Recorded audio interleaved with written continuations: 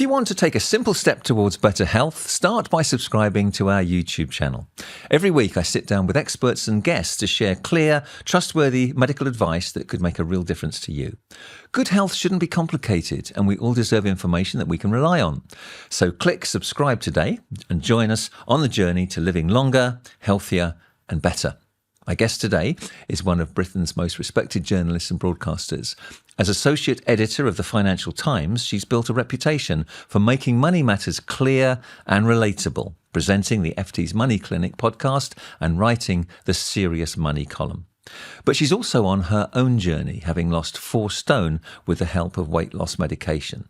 She's been open about both the benefits and the financial costs of these new drugs, with so much to discuss, from healthy life expectancy and what that means for a longer retirement to the choices people face when weighing up the price of living well for longer. Welcome, Claer Barrett. Oh, thank you for having me. It's an honour to be here. Well, it's a pleasure to have you. And you've spoken openly about your own journey. And you know, let's concentrate on that today. But you've been writing about financial matters, and you've written books on the subject because you were passionate about making money easy to understand for people who don't get this kind of education at school or at home.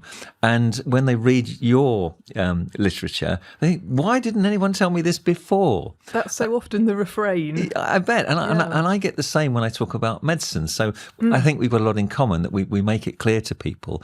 And that's been a passion for you, hasn't it? Absolutely. And I think a lot of the financial advice world is only really accessible to people who've got a lot of money, whereas the people who would really benefit the most from financial advice are those who have got a little bit of money but need to know just the basics, you know, of how to do well, particularly with things like pensions, retirement, investment. And the majority of people that I know, you know, in my personal life and who recognise me in the street want to talk to me about pensions. This is a theme because they're terrified of what it will mean. There's a lot of fear around money in my book, What They Don't Teach You About Money. The main point that I make is that our emotional relationship with money is something that we really need to get to grips with, because that's the voice in your head saying, you know, don't open the post, don't look at the banking app, don't say display balance when I'm taking money out of the hole in the wall. You know, these sort of fears that we have around money. And that's the sort of hump in the road that I'm trying to get people to overcome, as you say, with clear information, no jargon, but also a smile. Yeah. Because so often information about money and, you know, budgets, tax rises, it's all doom and gloom. And I think people just want to switch off when they hear those messages. So concentrating on the positive, but also being honest about my own mistakes and my own experiences. So it was quite easy for me to make the decision, should I also be open and honest about my weight loss journey? I was happy to do that. And we're going to talk about that in just a moment. But just before we move on, you're quite right about, you know, making money matters accessible. I used to have a wonderful accountant. He's passed now, bless him. But I first met him when I did some medicals for his accountancy firm. And he said, Hill, would you like me to do your accounts? And I said, well, I don't think there's any point, because, you know, I'm a junior doctor earning next to nothing, and I'm on PAYE. But he could see your potential. But he could see my potential, but he could also see something else, which was, he said, do you have to buy a stethoscope to do your work? I said, yes. Well, he said, it's tax deductible. He said, do you have to buy medical textbooks? Do you have blood on your clothes, which you have to get dry cleaned? Or buy uniforms. Buy uniforms. He said, well, it's all tax deductible. Claire, he saved me 1/3 of my salary just by doing a tax return for me. And I had no idea. And suddenly, you know, this was a source of income which was potentially always there, but no one told me about until I met him, Murray. Also, professional advisor fees, like accountants, are often tax deductible as well. So people who think, I'm going to save money and not have an accountant, actually go and talk to an accountant. It might make your life easier and not actually cost you all that much. Absolutely. Well, that was a lesson learned for me. So what you're saying is absolutely right. So let's talk about your weight loss journey. So you've spoken about this openly, and you've done really, really well. Oh, thank you. So how did the journey start? What worried you about your weight? Okay, so my weight throughout my life has always gone up and down. And there have been periods in my life where I have lost, significant amounts of weight, 2 or 3 stone. Just before my 30th birthday, I lost a lot of weight because I thought, my goodness, I'm getting a bit lardy. I need to do something about this. And I just met my husband at that point as well, so that was an added motivation. And then because of the job I do, the occupation, I'm a journalist. I work long hours. I do a lot of I don't entertain people. I get invited to do's, shall we say, as a younger reporter, where you drinks parties with contacts, and there's always food everywhere at these things, and it's just very easy, especially if you're sitting at a desk for large portions of the day and not getting home until late at night. It's really an occupational hazard, and I'm not afraid to say it, Dr. Hills. I do love a glass of wine, and my love of a glass of wine was in no way had a problem with alcohol. Obviously, it's highly calorific. So that is something, few glasses of wine most nights of the week.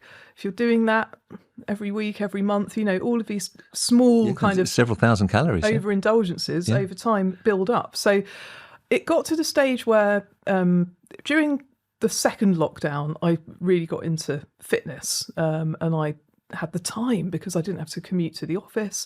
I made a lot of lifestyle changes, and I lost weight, and I was happy with my weight. And then it started to creep back up again. But by this point, I'm over the age of 45. So I was trying lots of different things to try and lose weight. But all of the things that I did as a younger woman after the age of 45 just didn't seem to work in the same way. I wasn't getting results. I would eat very carefully. I completely cut out alcohol at one point for about 6 months, and my weight barely changed. You were sort of stuck there. There was a lot of effort, and the scales really weren't moving. Now, since I've gone on the weight loss drugs, I can see now that actually my portion size was a big issue. I was eating quite healthy food, but I was just eating far too much of it. I was also eating too late at night, and not realising how much of an effect that has on my sort of personal, what effect that has on me personally. But also, I paid to do investigations like Tim Spector's Zoe app, where you wear a blood sugar monitor for 2 weeks. Now that's expensive, that's about £450 from memory when I did it. But I really wanted to learn more about the gut microbiome, the role that has with obesity, with weight loss, because I was obese by this stage. And that taught me a huge amount about how much my blood sugar fluctuated, especially if I had a glass of wine. Now, if I had a few glasses of wine in the evening, my blood sugar monitor would start beeping by about 3 or 4 in the morning, saying that my blood sugar had crashed. And then for the whole of the next day, it would be depressed. And of course, if your blood sugar is low, what do you crave? You're hungry, Yeah, carbs. And if you're at an industry breakfast where there's a tray of croissants, you're going to go for it, one? Tuck in, absolutely. Or are you going to have a healthy, yogurt at home, which is what I do now. We used to prescribe Guinness on the wards, back in the day. Guinness is good and stout to encourage people who'd had an operation or elderly people to eat, because it would stimulate appetite. And that's the trouble with alcohol. It stimulates appetite, and it stimulates the appetite for all the wrong kind of foods. So you want starchy, energy dense, high calorific foods, unfortunately. So you're quite right, cutting out alcohol really helps. So here you were, approaching sort of 45, and I thinking haven't had nothing's any working. Symptoms, I should say, absolutely. But clearly, I'm in that age bracket where changes are happening. And what was your BMI at this stage? My BMI at my heaviest was 37. Just under 37. Okay. So I had been going to my GP for a while and talking to them about living more healthily and what they could do for me. And obviously, when I'd gone in for my over 40s health check, they mention weight. And I think that's really good, because often doctors, I think, are a bit afraid of saying to patients, well, it's quite difficult with losing a few pounds. Yeah, and we run the risk of patients calling us fattest, judgmental, and in being insensitive, it's quite tricky to bring up the subject. We do get guidance as to how we approach the subject, but of course, on the other hand, if we have a duty to protect people's health, we need to say that obesity is a risk factor for heart disease, for diabetes, for cancer, for all sorts of things. Obesity is the second most common cause of cancer after smoking, after all. Yeah. So we have to tread a fine line. We mustn't appear to be judgmental and put people off coming to see us. At the same time, it really helps if, as you did, I know you did, you brought up the subject with your GP and started that conversation. Yeah, and said, what can I do and how can you help me? And there was an awful lot of things that they could do. Nurse Brian in the Elsdale Street Surgery in Hackney, may I give him a shout out? Absolutely. He was absolutely brilliant. So we talked a lot about eating, why I eat, the sort of like the emotional triggers for eating. So I talk a lot in my book and in my work as a journalist about our emotional relationship with money and how experiences as a children really shape our relationship with saving, spending, in ways that we really can't imagine. And the same is true of food. Now, bit of a tangent, but my mum and dad were born in the 1940s. They were quite old when they had me. And my mum in particular can remember rationing because this went on for years after the war. So I was always told as a kid, you've got to finish everything that's on your plate. Yeah, and, and my mum is a magician when it comes to taking, sort of like some leftovers and turning them into an amazing meal. And that kind of mindset of, I mustn't throw food away. Stays with you, doesn't it? I must be thrifty. I must finish everything. It does stay with you, and it's surprisingly hard to break. Lots of people tell me the same thing, that they can sort of like hear this voice. So I had some counselling as well at one point to try and like work through. This was at the GP surgery. This was it came up at the GP surgery, but then I paid privately to just sort of talk it through with a therapist. I'm a big believer in therapy. I wish that it was more available to more people on the NHS because sometimes you feel like you have a lot of the answers within, but you just sort of need to surface them and talk them through. I know a lot of psychotherapists who specialise in financial issues and helping people with those, helping couples as well. It's a really, really fascinating field. So I had a lot of data. I had all of the stuff from Zoe. I looked at nutrition, but I was just finding it really hard to shift the pounds. And then I start encountering people in my professional life, especially people on TV, because people want to look good, although that was definitely not my motivation. I wanted to be healthier, and I was particularly worried about diabetes. I wasn't pre-diabetic, but I could see that was the way it may go if I stayed at this weight for another year. And I was asking them, what's your experience of these weight loss drugs? And there was actually, there was a phone-in on LBC with Nick Ferrari. I was waiting to go on and talk to him about Marks and Spencer's or something like that. And they had a male caller who talked about food noise. Now, this was the first time I'd ever heard that phrase. He said, I no longer think about food all the time, every day. And I thought, gosh, that's me. Because not only did I feel hungry all the time, I was also hangry, this wonderful word, hungry and angry, and I'd sort of snap at Doug, my husband, and I'd try and sort of rein it in a bit in the office, but I wouldn't be far away from losing my temper. And I'm a very chilled out person. So this was something that I thought, okay, I'm going to talk to my GP about this. I talked to you in the green room at Lorraine several times, very worried about the side effects, but also the long-term consequences of these drugs. And that was one of the biggest reticences I had about talking about it publicly, because I didn't want people to say, you told me to take this drug and there are health risks. And maybe in years to come, we'll find that there are other side effects of these drugs that we don't yet know about. And of course, that is a risk. But like anything in life, investment risk being another one, you've got to look at all the facts. And of course, obesity itself is a big risk.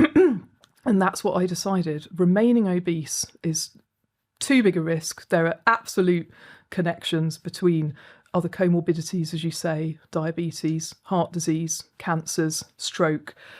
And as somebody who writes about retirement and longevity, I wanted my healthy life expectancy to be as long as possible. You know, I didn't want to get struck down by a disease like that in my 50s and 60s. I still might be. I hope I won't be. So for me, that was what tipped the balance. So with the blessing of my doctor, I got a private prescription for Mounjaro. I had to, be weighed and submit all of my statistics and so on and so forth. And I got the starter dose of the pen. And I have to say, I didn't look back. From the day that I injected it, the effects were instant. So let me get this straight. Was this through the NHS or through a private clinic? No, this was through a high street chemist. Right. I didn't want to go to a private clinic that I'd never heard of before. I wanted to go through something that was linked to my GP. Yes. So that if something went wrong, I would be able to get hold of support and a doctor. The chemist that I went through, the price of the prescription also included access to free webinars every other week with doctors about different weight loss topics, huge amounts of information that they send you on nutrition, and also if you paid extra, that counselling that I talked about, being able to speak to a weight loss counsellor, which I did for a couple of weeks and then stopped because I felt it had done enough and it was quite expensive. Two things there. The wraparound services that you refer to there, the counselling, the nutrition, the lifestyle advice, so very important as part of the treatment. You can't just rely on the drugs alone. That's the first point you make. And clearly the online pharmacy Boots, talking to your GP, and these days all of the online providers, the regulated pharmacies, are being encouraged, if not made to, make sure that what people say is their weight by verifying that with the GP. Otherwise, they can just send a photo of anybody else. They can lie about their weight, and that might encourage eating disorders, anorexia, that sort of thing. So there are dangers there. So you did it exactly the right way. And it's important that people realise that you've got to go to a regulated pharmacy or online chemist. You should do this with the help of and advice of your GP. And whatever you do, don't go to anything that's unregulated. Never buy these weight loss jabs from any source that is not reputable and registered, because we are one of the worst countries in Europe right now for fake skinny jabs, as they're called, which can contain anything, either none at all of the weight loss medication or things that are potentially toxic and poisonous. So that's a really important thing that we need to say today. And I have to tell you, quite a few people who I know and friends of friends are turning to the black market for these drugs and going out with a medical route to get them. One of them I was speaking to, and she said, I tried Mounjaro, I did a jab, I was sick for weeks, and, but I lost a stone, so it was great. And I said, well, what strength of jab did you start on? 5 milligrams, she said. Well, I mean, you're supposed to start on 2.5 and be on that for at least a month. I was on that for 3 months before I went up to 5. I've tried to really step up the doses slowly.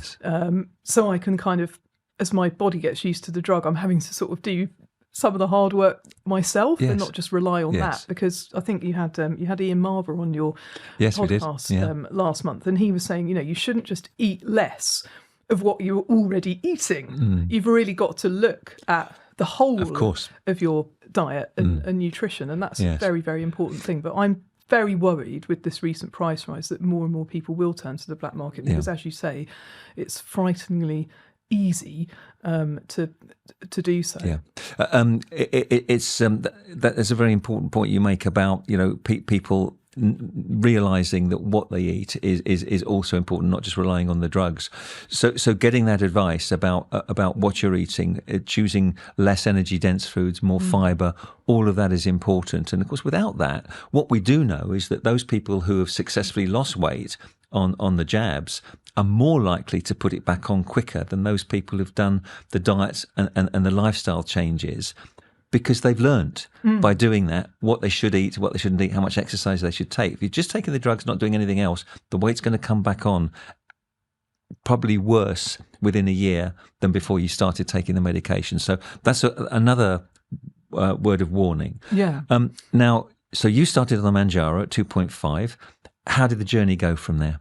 Well, I was prepared to have side effects. I told everybody who I work with at the newspaper that I was going on it because I thought, well, I don't want to be, taken ill at work, because there are some very serious ones, like pancreatitis and other things, which I was obviously very worried about. But I thought, okay, obesity is a greater risk. I've got to try this. I absolutely devoured all of the patient literature they gave me before I even took the lid off the pen. I wanted to know everything about it, and I made notes, because I find, it's like doing revision for your exams. If I write something down, it kind of lodges in my brain. Me too, yeah. So the things that I took from the patient information leaflet that were the most important were drinking lots of water, and how that will alleviate most of the kind of gut symptoms, whether it's you're running too slow, or too fast, or you're running too fast, or feeling sick. And I have to say, on the first day, the second day, when the medication really started to take effect, I ate something and all of a sudden I felt full, and I hadn't had that sensation for an awfully long time, and it felt very alien. There was one day in the first month that I was taking it where I forgot to eat lunch, and I looked up, I was in the middle of writing something, and it was like 2:45. And I thought, oh my goodness, it is a powerful drug. But if you don't eat for a long period of time, bear in mind, when I did that, I suddenly started to feel quite woozy because I hadn't had any food for a long time. You've got to make yourself eat sometimes when you're on these. But it stopped the food noise. You weren't thinking about what's my next meal going to be? What's for dinner tonight? What shall I go shopping for? Can I go to the canteen and get a snack? Just stop that. No, completely stop that. And also, this might sound slightly controversial. We've talked about the cost of the drug. So when I first went on it, it was sort of like under £200 a month, and then as you go up the doses, they get a bit more expensive. So it's been costing me around £200 a month. With this recent price rise, that will go up to £300, and that's something which I'm very lucky to be able to afford. But without wanting to sound too glib, I am spending at least £200 less a month, I think, on buying what I would call food to go. So whether that's sort of like dashing into a sandwich shop or ordering takeaway when I get home from the office really late and just don't have anything in the house to cook, or think cooking food would take too long. So I've had to really look at those bad habits and think, how can I get around this issue of needing the convenience of grabbing food quickly and have things at home that are healthier, whether that is, my kind of go-to things are those pouches that you can get with whole grains in that are already cooked. Because, who wants to boil brown rice for half an hour? They are brilliant, and you can easily jazz up a salad with one of those, and that can be on the table within 5 minutes. If you have, a very good quality fresh soup, but put some of these grains in it instead of having a white bread roll and butter. So I sort of gradually devised this kind of like menu of options that I could have. Also, like the volume of food that I was eating before, and it was quite good quality food, but it was just like far too much of it. And when you go on these drugs, you realise actually this is enough. So I had to get hold of small bowls, because I felt like, okay, I had a smaller plate from when I was doing the GP's programme. That was one of Brian's tips. But the plate was then too big. So I thought, okay, I'm going to get a small bowl, because of that sensation as a child. You must finish. What's on your plate. If you're putting food onto a big plate, you're going to finish it. That's right. Put a big portion. Sounds really stupid and really simple, but it really worked for me. So I had different strategies, shall we say, to look at this, different ways of snacking, a lot more fresh fruit and vegetables. I gave myself permission to spend as much money as I wanted in the fruit and vegetable shop at the end of my street in Hackney, which is this like beautiful shop. It's like an artwork, the way they have all of their fruit and veg displayed, because I thought the more fruit and vegetables that I can get into my diet, and the greater variety of those, the better. So I'm not going to feel bad about buying purple sprouting broccoli because it's in season, even though it's like £4 a bunch, because I'm not spending 15 quid on a pizza. Yeah. Now, I know you've done things exactly as you should. You've taken time. You've been patient. You had a long-term plan. Some people are less patient and they try and do it too quickly. Now, we know that weight loss that happens too quickly is not healthy either. No. People lose a lot of muscle mass when this happens. I believe that's called sarcopenia. It is indeed. And you break down muscle mass, and to the extent that even facial surgeons say, I can't operate on anyone for a facelift if they've been on these drugs because they've lost all the muscle tissue on their face. Gosh. So there's nothing to work with. But it happens in the whole of the body, not just in the face. If you lose weight too quickly, you're going to get a lot of skin sagging because the skin doesn't have a chance to the elasticity to bring it back to normal. I do have some skin sagging. You're bound to, but not very much, and I'm quite happy with it. I'd rather look at the skin sagging than absolutely. being Absolutely. No, as I say, you've done it life, right. isn't it? But of course, hair loss is another factor. Yes, just a few fatigue. friends have had that. Yeah, Luckily, fatigue, I haven't nutritional had that. deficiencies. So it's important to do it gradually, to follow the protocols. You started on a low dose, and you incrementally, slowly increased that, didn't you? Yeah, and being a journalist, I'm a right one for monitoring stuff. I've got all of my news alerts set up on my phone, but I also have this huge kind of display in the cupboard next to my bed. If you open it up, I've got like all of these charts monitoring not just how much weight I'm losing, because it doesn't go down in a straight line. You do go up and plateau, and but the overall picture has been down. But I also monitor my fat mass and my lean muscle mass. Now, I've got a pair of scales that can do that by sending like a electrical impedance through the body. That's right. Now, then they're not completely accurate, but they do show you the direction of travel accurately. But I also decided to invest some money at the start of my journey by having a body scan, a DEXA body scan, they're called. And I did that for two reasons. Number one, I just wanted to have a baseline and say, okay, here is the picture, because you get like a printout as it stands. It's something that I can measure myself against. I wanted to know about the level of visceral fat that I had, the so-called bad fat that you get that sort of goes around your organs. Abdomen. And fortunately, although that was high, it wasn't as bad as it could have been. And then I went back after 6 months and had another one done, and I could see that everything was going in the right direction, which was fantastic, and that the muscle mass, whilst it had sort of declined by a little bit, it hadn't gone down by anywhere near as much as the fat. It also did a bone density scan, because one of the other things that I'd read about weight loss drugs was the risk of exacerbating osteoporosis if you're somebody who's prone to that, and that obviously was a big alarm bell for me. So it was comforting to know that actually my bone density for my age was above average. Yeah. Well, being aware of the potential in loss of muscle mass, did it encourage you and motivate you to do more exercise, which presumably you were asked to do anyway? Yes. So I've always done exercise, but I was finding as a larger person that exercise was getting harder to do. Now, I really like jogging. I live near two parks in London, and I prefer to go outdoors and exercise rather than do it in a gym, even if it's raining. And I was finding whenever I went out for a run, I'd invariably sort of hurt my feet or my ankle or pull a muscle in my leg, and that was sort of like put me out of action for weeks because I was so blooming heavy. If you're sort of carting around 25 kilos of excess weight, it's like going on a run carrying a suitcase when you're going on holiday. You wouldn't think of doing that. So I switched to swimming, and I got really into swimming, partly because there's an outdoor pool really near where I live. And what frustrated me about swimming was that I wasn't very fast, and that old ladies were overtaking me. Very lovely old ladies, I have to say. I've got to know many of them in the year that I've been doing this.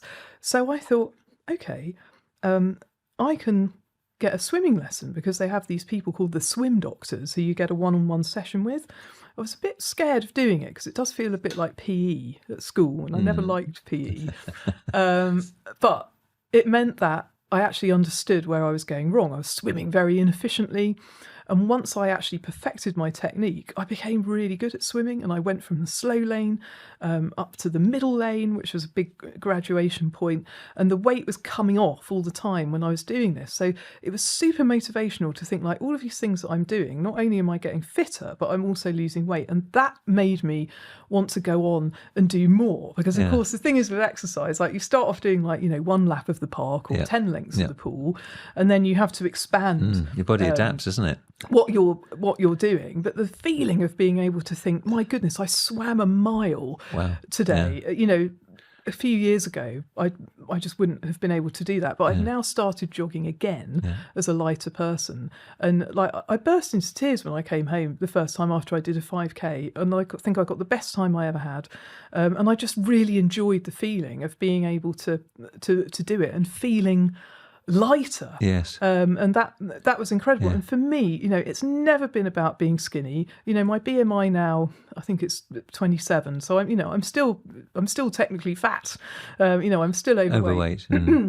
But I feel stronger, fitter, and healthier.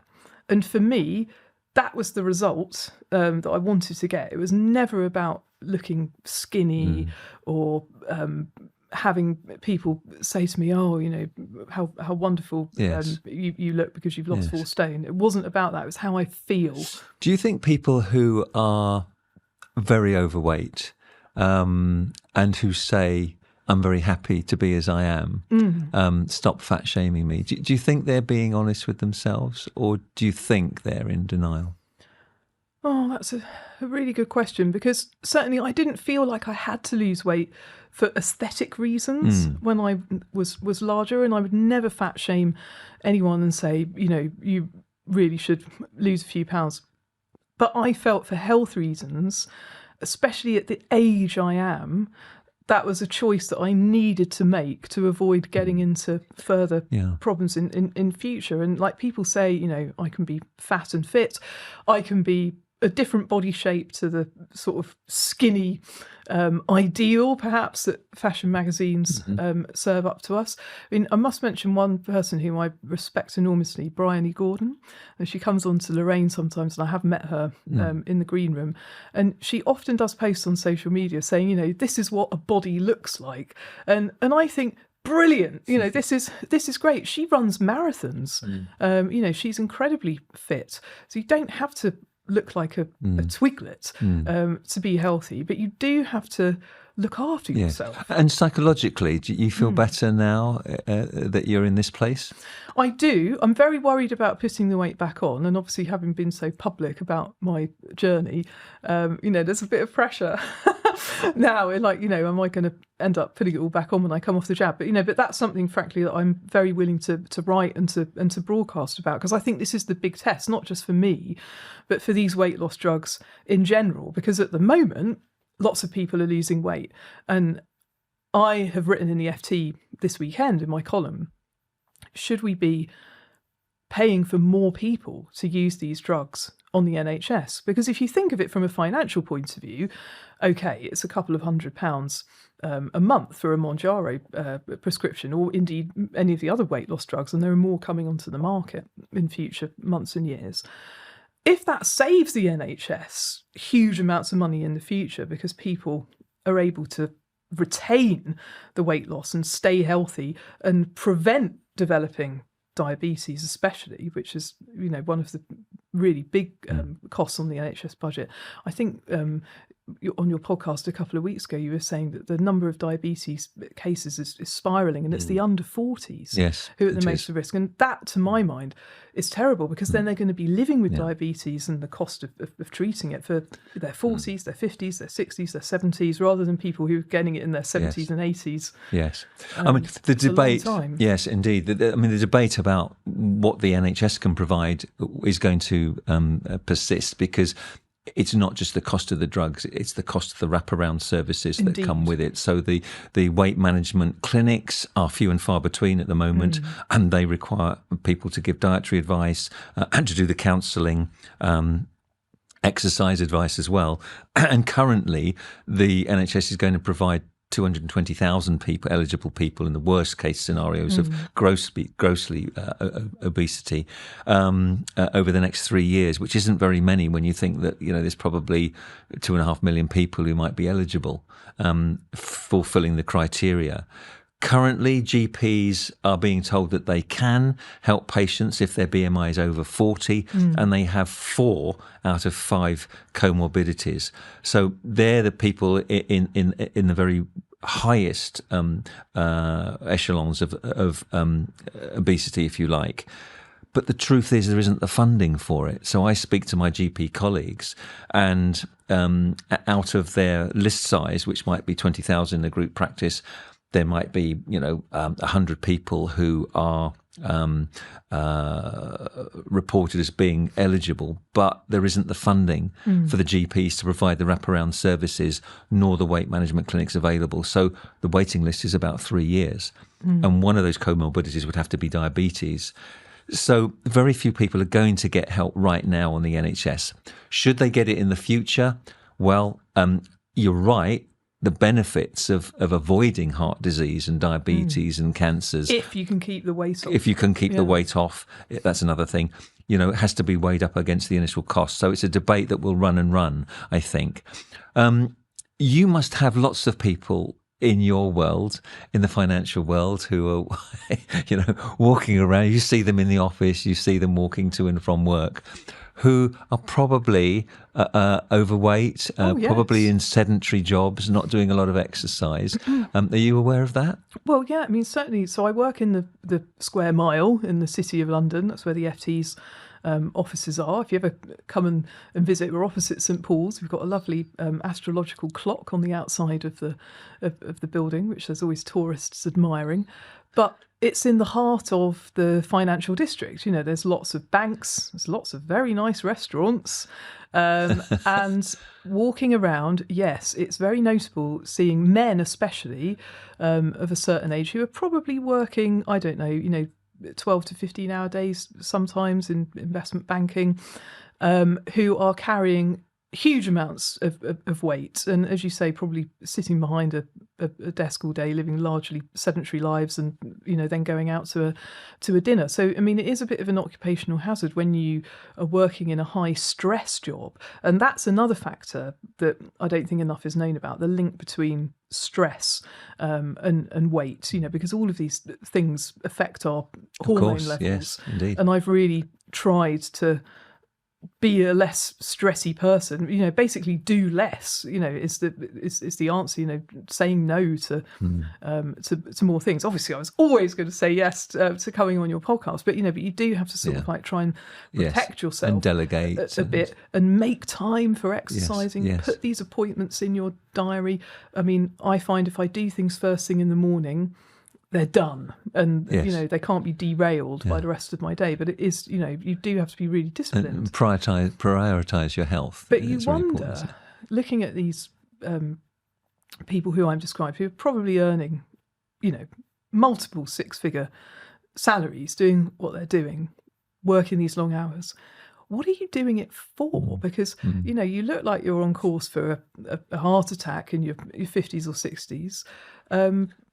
What use is all of this money going to be to you then? Is it worth it? Working yourself into an early grave. Absolutely. Yeah. If you're not looking after your body and your fitness, but the whole tussle between work-life balance is a tough one. And just to relate it to another more common scenario, if you're a parent. Now, if you're a parent, you're looking after children, maybe there's an elderly parent as well who you're also trying, all of these demands. There's never enough hours in the day. You're rushing around, trying to work as well, and so you're grabbing bits of food on the go. Maybe eating the children's dinners. They don't want to eat it. Very, very stressed, juggling. Sure. This is the lives of a lot of people, women especially. Absolutely. And you do have to be selfish. If you're going to lose weight, you have to say, right, okay, well, I can't eat these, big carb laden dinners anymore. I have to have something specifically for me. I mean, often as mums, I think I'm a stepmom, we're often looking after everybody else's needs and preferences. Absolutely, putting everybody else first. But you're quite right about stress, because basically stress mimics the fight or flight response. So when we're stressed, we make adrenaline to prepare us for the fight or the flight. The adrenaline raises unhealthy blood fats and blood sugars. And if we're not burning that off with exercise, it's causing damage to the circulation and the heart long term. So we need to be aware of that. We need to find out what's causing the stress and find ways of dealing with that. As you say, sometimes saying no to extra work that's offered, delegating, keeping an eye on the hours that you're working, and being disciplined and sometimes a little bit selfish and saying, no, I'm going to put myself first and say no to things. That's a good point that you make. And also, I've been very lucky in that my employer has been absolutely brilliant when I've asked for more flexibility. Because, for example, this 12-week course in my local leisure centre that my GP sent me on when I first went in and said, I want to lose weight, please help me. This was on a Friday lunchtime between 12 and 2. So I had to ask permission and say, can I make up the hours and have this break on a Friday, where I absolutely have to be, in the leisure centre. We did like an hour of learning in the classroom with Adam, our coach, another fantastic guy. And then we did an hour in the gym. Now, learning how to use those weight machines, we were talking about weights earlier. I've got to say, I love Adam. I don't love the gym. I don't really like the weight machines. There's just something about it. I did a class with lots of people, some of whom were in their 70s, lifting heavier weights than I could even imagine lifting. And that was amazing and inspirational. And I do go back to that class on a Monday night when I can. But I actually bought free weights to use at home. I had some that I bought during the pandemic and then didn't really know what to do with them. So the advice I was given when I asked other people on Instagram was like, find people on social media, find women your own age who are doing weights workouts. And my favourite is this lady from Texas called Susie J. And she puts on 80s music and lifts her weights. And, you can screenshot things and, work out your own program, go onto her YouTube channel, follow along. And that for me was the breakthrough. I was doing these weights, having learned. But lots of the people who did that course with me didn't complete it. Now, whether that's because they couldn't get the time off work to go every Friday or not, but this is, this is an issue. So, we need employers to be sympathetic and supportive. If people are trying to become healthier and, give us a bit of leeway, knowing that they can trust us to make the time up. You talked earlier about have fewer sick days as well. Yeah, touch wood. Absolutely. A day off sick this year. Good point. We talked earlier about the mindset that we have sort of written into our characters when we're young, in childhood. Finishing what's on your plate. You say your parents lived through rationing. How important do you think, and would it make a difference to you if there had been services that prevented you from becoming overweight in the first place? Do you think if we were to provide people with advice about nutrition in schools, about keeping exercise classes going in schools, having PT lessons and after school activities, do you think that would have helped you? And do you think we should be doing more of that to help prevent people becoming overweight in the first place? It's difficult, isn't it? Because I said earlier, I hated PE when I was at school. I don't know if you know this, but I played a saxophone. Oh, I didn't know that. And I always used to arrange for my saxophone lesson at school to be when to PE was on. I was crafty, and I didn't like PE. It wasn't so much because of the sort of exercise point of view, because I love walking and I love bird watching, and I did a lot of that with my parents. And I loved cycling on my bike with my best friend Liz from school. We used to go off for hours during the summer holidays. So I didn't have a problem with exercising, but it was just the way that PE was. The military style. You could often be bullied if you weren't very good at sport, and I've never been good at competitive sport, and so I didn't like it. I felt intimidated by it. I didn't like team sports. You should have done swimming.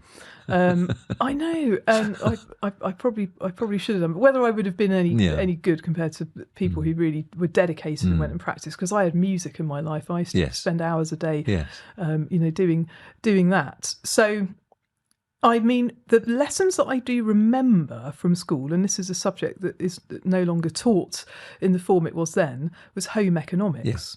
And you were actually taught quite a lot about finance and budgeting in home economics lessons. Now, my teacher, I'm still in touch with her, Sheila Barton, was fantastic. And lots of the things that I learned in home economics, I actually made me better at managing my finances when I was older, because it's one of the few places where you were looking at how can you eke out a budget. And obviously I was interested in food and cooking and eating.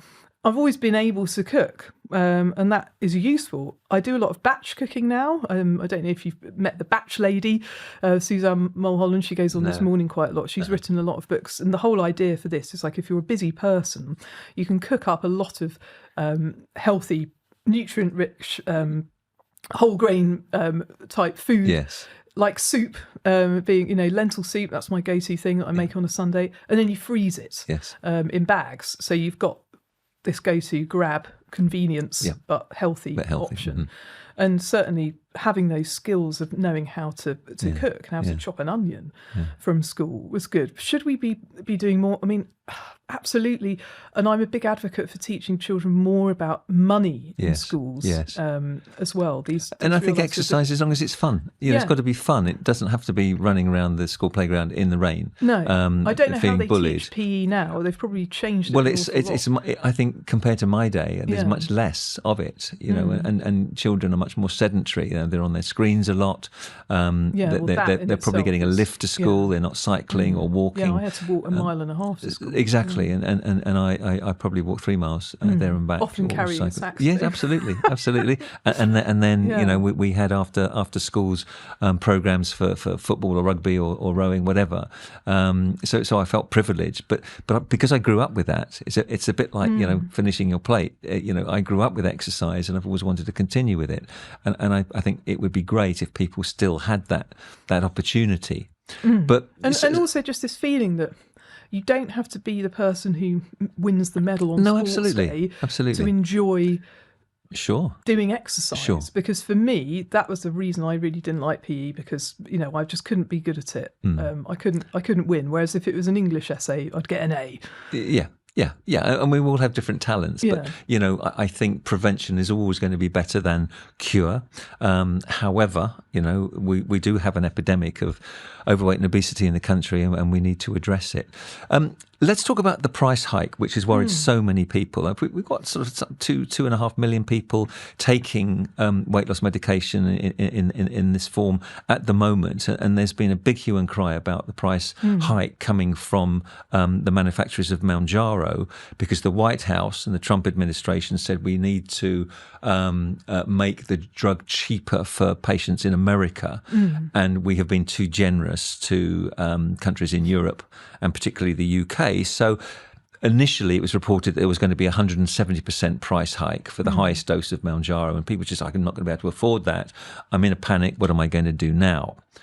So it's really important, as you know, that people think, well, if you can't afford that, what are you going to do next? And it hasn't been that high, I have to say, in my experience. A lot of the pharmacies seem to have absorbed. There's been a rethink, and there's going to be a discount. It's probably going to be 50% of that 170%. So instead of paying £200 a month, I'll be paying £300. Yeah, but it's still too much for some people to make that jump. £200 a month is completely unaffordable for. So that's a worry. People. Now, what I would say, the advice that we have is that when we ask people in questionnaires, what are they going to do? Less than 10% are going to stay on Mounjaro with that price hike. Wow. A lot of people are going to transition to either stop, which they probably shouldn't, or they're going to transition to a cheaper form of medication such as Wegovy. Yeah, the demand for that has shot up. It has shot up by 2,600%, I believe, initially after the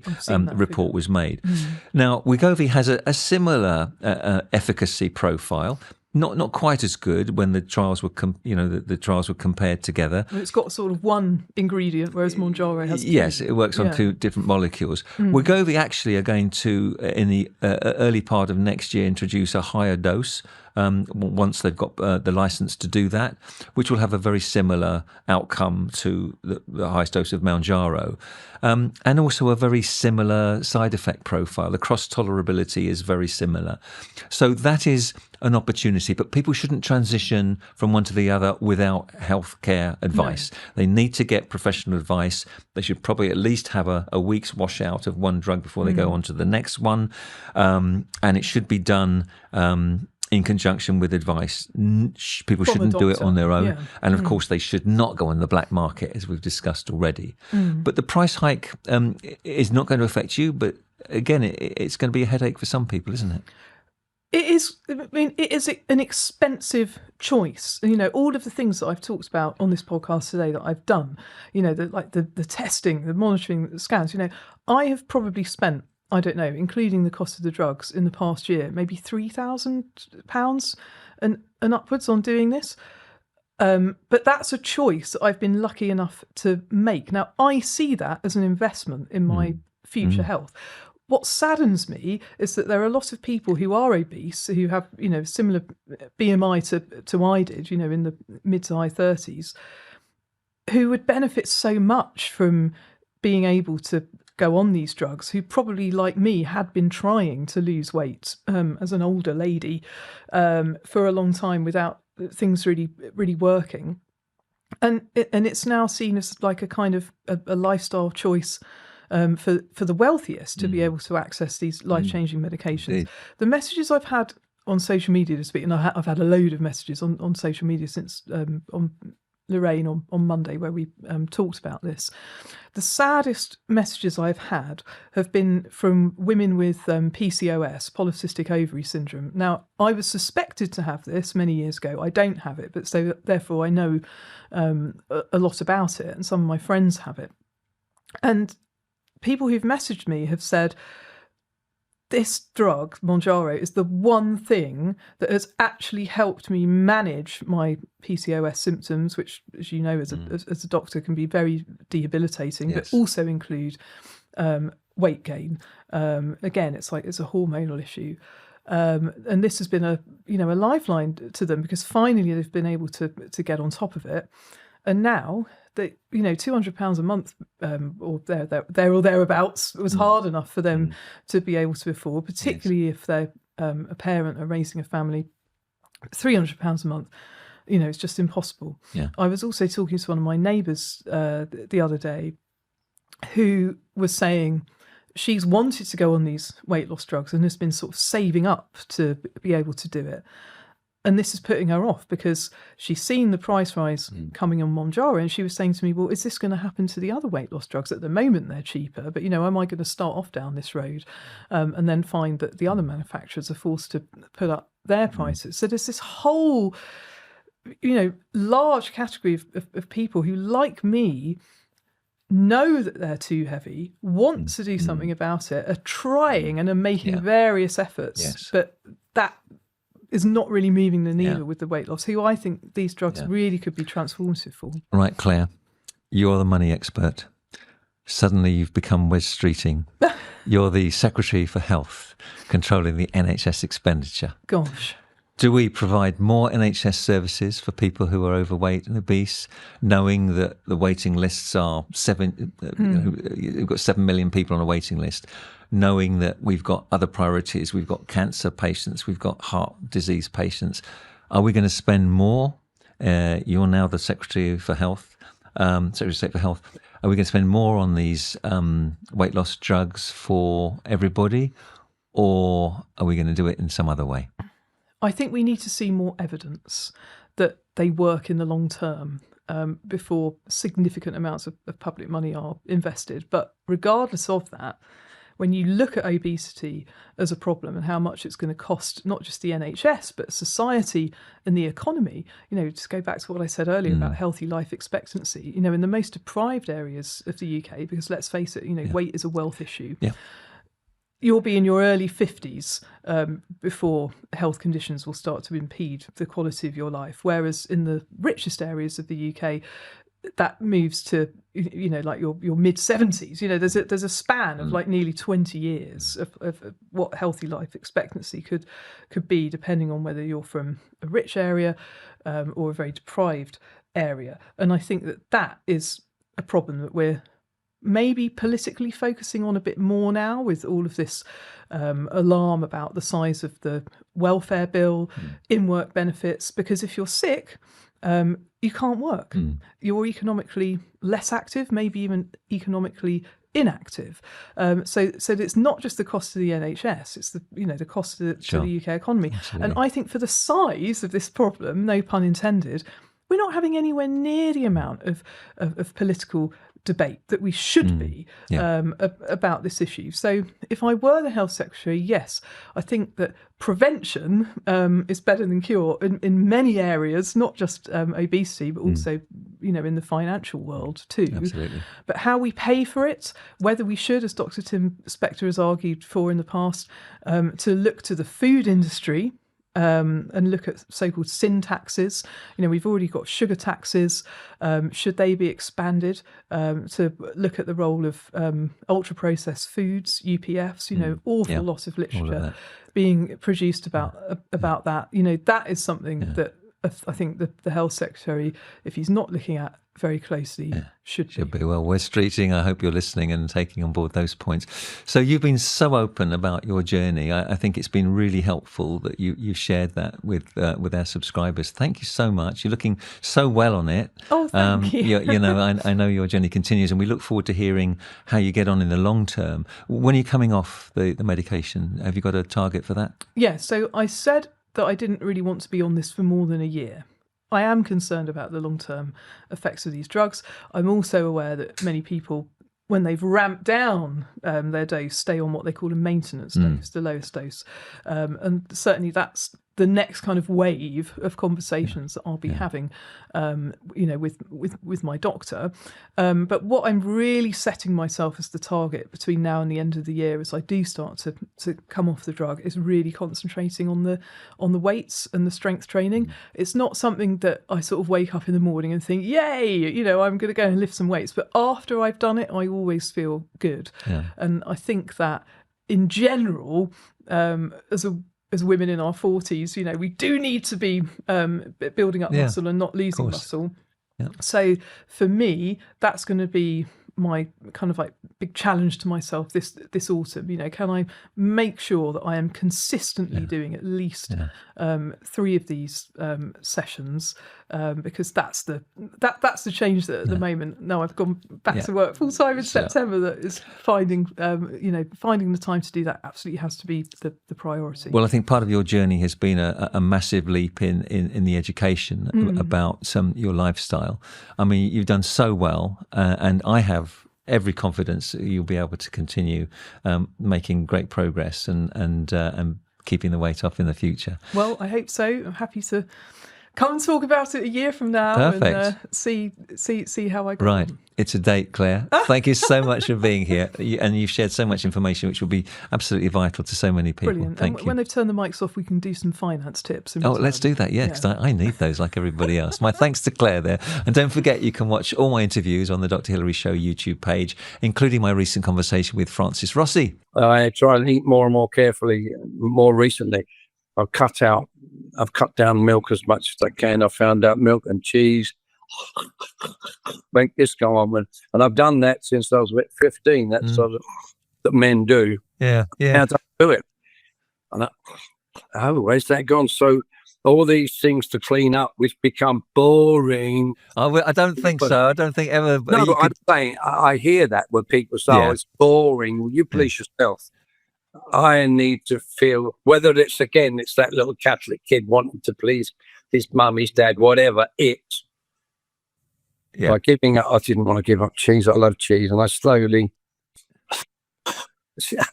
It doesn't happen anymore. I love cream. I love all those things. Yeah, I'm cutting them out more and more and more and more and more, and I find our system becomes quite sensitive. perhaps as it was in the first place. Yeah, we always have to listen to our bodies. Now, before you go, some quick housekeeping. For up-to-date health news delivered to your inbox each week, you can subscribe to my newsletter at drhilaryjones.com. And remember to subscribe on YouTube now so you don't miss what's coming next. We'll continue the conversation about your health and focus on what truly matters to you.